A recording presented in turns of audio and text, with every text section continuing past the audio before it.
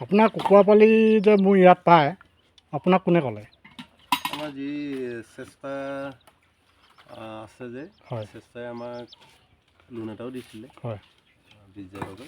হয় তাৰপিছত আমি প্ৰথম বেষ্ট 60টা পোহা হ'ল এই সিহঁতি চেষ্টাৰ মানুহে আনি দিছিল। হয় তাৰপিছত নেক্সট যিটো আমি আকৌ নেক্সট হেৰি কাৰণে লৈছোঁ তেতিয়া আপোনাৰ নামটো ক'লে জেগাডোখৰ বটাই দিলে হয় তেনেকৈও ল'লে। হয় ঠিক আছে।